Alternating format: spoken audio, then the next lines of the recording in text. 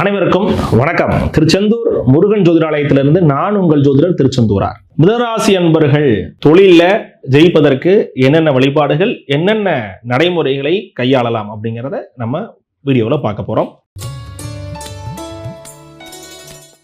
மிதுனராசி அன்பர்கள் என்னென்ன வகையான தொழில்களை செய்யலாம்? இப்போ ராசிக்குன்னு தொழில் பார்க்கும் பொழுது நம்ம கிட்டத்தட்ட அதில் 100% அக்யூரசி அப்படிங்கிறத விட 100% நல்ல ஒரு 70% அப்படிங்கிறத நம்ம கொண்டு வர முடியும். அதன் அடிப்படையில் படிப்பு, கல்வித்துறை, ஸ்கூல் நடத்துறது அல்ல எஜுகேஷன் சார்ந்த பொருட்களை சப்ளை பண்ணுறது. எக்ஸாம்பிளாக நீங்கள் ஒரு ப்ராஜெக்ட் செஞ்சு தரக்கூடவராக கூட இருக்கலாம், அல்ல ஒரு வாத்தியாராகவும் இருக்கலாம்.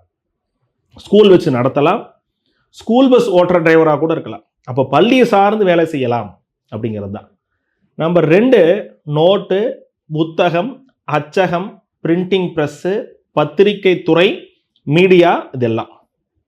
அதுக்கு அடுத்ததாக ஸ்கேன் பண்ணக்கூடிய டாக்டர்ஸ், எக்ஸ்ரே பண்ணக்கூடியவர்கள், ஜெராக்ஸ் மிஷின் வச்சுருக்கவங்க, கம்ப்யூட்டர் சென்டர் வச்சுருக்கவங்க, இந்த இ சேவை மையம் நடத்தக்கூடியவர்கள், குருமார்களாக இருக்கக்கூடியவர்கள், வாத்தியர்ஸ் எல்லாருமே, டியூஷன் டீச்சர் மட்டும் பண்ணக்கூடியவர்கள், அல்லது பியூட்டிஷியன் சொல்லித்தரக்கூடியவர்கள், தையல் சொல்லித்தரக்கூடியவர்கள், எம்ப்ராய்டிங் சொல்லித்தரக்கூடியவர்கள், டிரைவிங் கிளாஸ் சொல்லித்தரக்கூடியவர்கள், எது சொல்லிக் கொடுக்குறாக இருந்தாலும் சரி, மெடிக்கல் ஷாப் வச்சிருக்கவங்க, சித்தா ஆயுர்வேதிக் சார்ந்த மருத்துவங்களை செய்யக்கூடியவர்கள், அது மட்டும் இல்லாமல் மொபைல்ஸு, கேஜெட்ஸு, ஆடிட்டிங், ஆடிட்டர், கணக்கு வளவு செலவு பார்க்குறவங்க, இன்கம் டேக்ஸில் இருக்கக்கூடியவர்கள், அது சார்ந்த பிஸ்னஸ் பண்ணக்கூடிய எல்லாருக்கும் இந்த கீழே பதிவை ரொம்ப தொடர்ந்து பாருங்க.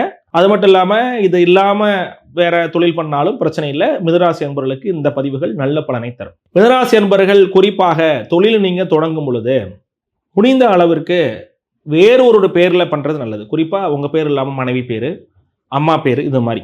அப்படி இல்லாட்டியும் நீங்கள் லோன் எடுக்கும் பொழுது அவங்க ஒரு ஜாயிண்ட் வெஞ்சராக போட்டு லோன் எடுக்கிறது உங்களுக்கு லோனை ரீபே பண்ணுறதுக்கு உதவிகரமாக இருக்கும். சொந்த பில்டிங்கில் அல்லது சுயம் இடத்துல தொழில் பண்ணுங்க, ரொம்ப வளர்ச்சி வரும்.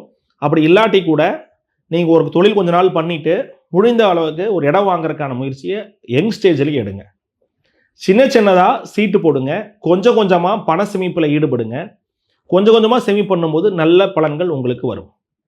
குறிப்பாக மிதுனராசி என்பர்கள் ஒரு பல்க் பேமெண்ட் டிரான்சாக்ஷன் ஆகிற மாதிரியான தொழில் பண்ணுறது தான் நல்லது. இப்போ குறிப்பாக ஒரு ஸ்கூல் நடத்தினீங்கன்னா கூட ஒரு ஃபஸ்ட் டைம் பேமெண்ட் ஒரே டைமாக வாங்குறது நல்லது, பிரித்து வாங்காமல். இல்லை டியூஷன்னாலும் அப்படி வாங்குறது நல்லது.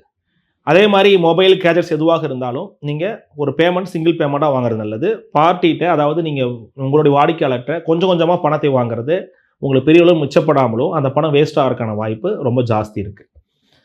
ப்ளஸ் நீங்கள் கடன் எடுக்கும் பொழுது மாற்று நபர்கள் மூலம் கடன் எடுக்கும் போது அதை கடனை ரீபே பண்ணுவதற்கான வாய்ப்புகள் அதிகமாக உங்களுக்கு இருக்குது. உங்களுக்கு நிறைய பணம் சேரணும் அப்படின்னு நீங்கள் நினச்சிங்க அப்படின்னா தொழில் பண்ணுறது கட்டாயம் நினைப்பீங்க. அந்த பணம் நிறையா சேருவதற்கு வாடிக்கையாளர்கிட்ட ரொம்ப ஜாஸ்தி ஒரு இன்ட்ராக்ஷன் நீங்கள் வச்சுக்கிறது நல்லது. ஓனர் எனி டைம் அவைலபிளாக இருக்கிறது நல்லது. இப்போது மற்ற ஒரு சில ஃபிலிம்ஸில் ஓனர் போய் டக்குன்னு பார்க்க முடியாது. ஆனால் ஒரு சில ஃபிலிம்ஸில் பெரிய ஓனராக இருப்பார், நீங்கள் போய் டக்குன்னு அவரை பார்த்து உங்கள் நிறை குறைகளை சொல்லிக்க முடியும். இல்லை எனக்கு நிறைய பிரான்ச்சஸ் இருக்குது அப்படின்னாலும் உங்களுடைய ஒரு கஸ்டமர் கேர் நம்பர், இது மாதிரி ஒரு நம்பரை கஸ்டமர் சர்வீஸ் சப்போர்ட்டில் ரொம்ப ஜாஸ்தி கான்சியஸ் பண்ணுறது உங்களுக்கு நல்லது. கஸ்டமரே பிரதானம் அப்படிங்கிறது நல்லது. அப்படி தான் நீங்கள் இருக்கணும். லேபர் சம்மந்தப்பட்ட ஸ்கேர்சிட்டிஸு, லேபர் சம்மந்தப்பட்ட பிரச்சனைகள் உங்களுக்கு வரும். வேலையாட்கள் சார்ந்த நெருக்கடிகள் உங்களுக்கு வரும். பட் அதுக்கு நீங்கள் பயப்பட தேவையில்லை. அதை போக்குற மாதிரியான அடுத்தடுத்த வேலையாட்கள் வந்துகிட்டே இருப்பாங்க. ஒரு வேலையாள்னால தான் அந்த வேலை நடக்குது அப்படிங்கிற ஒரு கான்செப்ட்ல இருந்து நீங்கள் வெளியே வந்துடுங்க. உங்களால தான் அந்த வேலை நடக்குது அப்படிங்கிறத நீங்கள் ஆழமாக நம்புங்க. 2வது, நீங்கள் புதன்கிழமை, வியாழக்கிழமை, திங்கட்கிழமை, சனிக்கிழமை காலகட்டங்களில் அசைவத்தை தவிர்த்து விரதத்தை மேற்கொள்வது அல்லது அந்த நாளில் நீங்கள் ப்ரேயர் பண்ணுறது, சாமி கும்பிட்றது நல்ல பலன்களை நிச்சயம் உங்களுக்கு கொடுக்கும். மிதுனராசி அன்பர்கள் வழிபாட்டில் நீங்கள் என்ன செய்யணும் அப்படின்னா, சுயம்பா இருக்க சுவாமியை எதை கும்பிட்டாலும் நல்ல பலன் தரும். சின்ன கல்லாக இருக்கும், அது பெரிய கோயிலாக இருக்கும், சுயம்பு சுவாமியாக இருக்கும், பல ஆயிரம் ஆண்டுகளுக்கு முன்னாடி வச்சு வழிபாடு பண்ணிட்டு இருந்திருப்பாங்க. உங்கள் குலதெய்வ கோயில் அதில் ஒன்று. நீங்கள் வழிபடக்கூடிய ஒரு அற்புதமான கோவில், உங்களுக்கு நிறைய கோயில் நம்ம கொடுக்க போகிறதில்ல, ஒரே ஒரு கோவில். நீங்கள் தமிழ்நாட்டில் எங்கே இருந்தாலும் சரி, உலகத்தில் எங்கே இருந்தாலும் சரி, முடிந்த அளவுக்கு அந்த கோயிலில் சுவாமி கும்பிடுங்க. அப்படி இல்லாட்டி அந்த கோயிலில் படம் கிடைச்சா கூட நீங்கள் நெட்டில் கூட கிடைக்கும், எடுத்து வச்சு சுவாமி கும்பிடுங்க. குருவும் பெருமாளும், அதாவது உங்களுடைய 10 குடைவராக வரக்கூடியது குரு வந்துடுறாரு.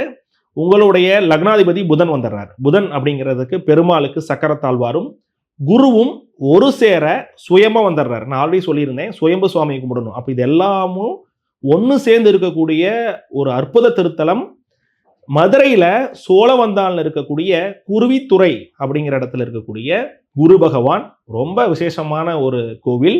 வியாழக்கிழமை காலையில் 6 to 7 மணிக்கெலாம் நீங்கள் கோயிலில் இருக்கிற மாதிரி பிளான் பண்ணுங்க. அப்படி இல்லாட்டியுமே உங்களுடைய நட்சத்திரம் என்னைக்கோ அன்னைக்கு இருங்க. அங்கே கோயில் கொஞ்சம் ஒரு 7 மணிக்கு தான் ஓப்பன் பண்ணுவாங்க. ஆகையால் உங்கள் நட்சத்திரம் அன்னைக்கு அந்த கோயிலில் வந்து நீங்கள் வழிபாடு செய்யுங்க. உங்களுடைய வயது, உங்களுடைய குடும்பத்தில் மேரேஜ் ஆயிடுச்சுன்னா ஒய்ஃபோட வயசு, குழந்தை இருந்ததுன்னா குழந்தையோட வயசு எல்லாத்தையுமே கூட்டி அதில் விளக்கேற்றி வர, யார் ரீதியாக தசாபுத்தி பிரச்சனை இருந்தாலும் பிஸ்னஸில் இருக்கக்கூடிய அந்த பிரச்சனை வந்து உங்களுக்கு நீங்கி போகும். விளக்கு, நெய் விளக்கு ஏற்றணும். தாமரத்திரி பஞ்சுத்திரி கலந்து ஏற்றணும். அங்கே இருக்கக்கூடிய தாயாருக்கு சிகப்பு தாமரை வெண் தாமரை 2 கொடுக்கணும். அங்கே இருக்கக்கூடிய பெருமாளுக்கு துளசி மாலை கொடுக்கணும். குரு பகவானுக்கு மஞ்சள் செவந்தி மாலை கொடுக்கணும். சக்கரத்தாழ்வாருக்கு செவ்வரளி மாலை கொடுக்கணும். சக்கரத்தாழ்வாருக்கு 2 விளக்கு, நெய் விளக்கு, தாமரத்திரி பஞ்சுத்திரி கலந்து ஏற்றணும். குரு பகவானுக்கு சின்னதாக வெண்கலத்தில் குட்டிய 2 விளக்கு வாங்கி நீங்கள் ஏற்றிட்டு அது கோயிலில் கொடுத்துட்டு வாங்க. 100% நிச்சயம் நல்ல பலன்கள் உங்களுக்கு வீடு தேடி வரும்.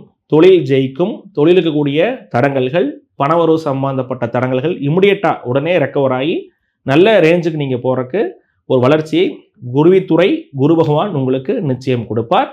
மிதராசி அன்பர்கள் தொழிலில் பெரிய சக்ஸஸ் வர்றதுக்கு எம்பெருமான் முருகனை மனதார பிரார்த்தனை பண்ணி வேண்டிக்கிறேன். இனி எல்லாம் இனிதே. நன்றி, வணக்கம்.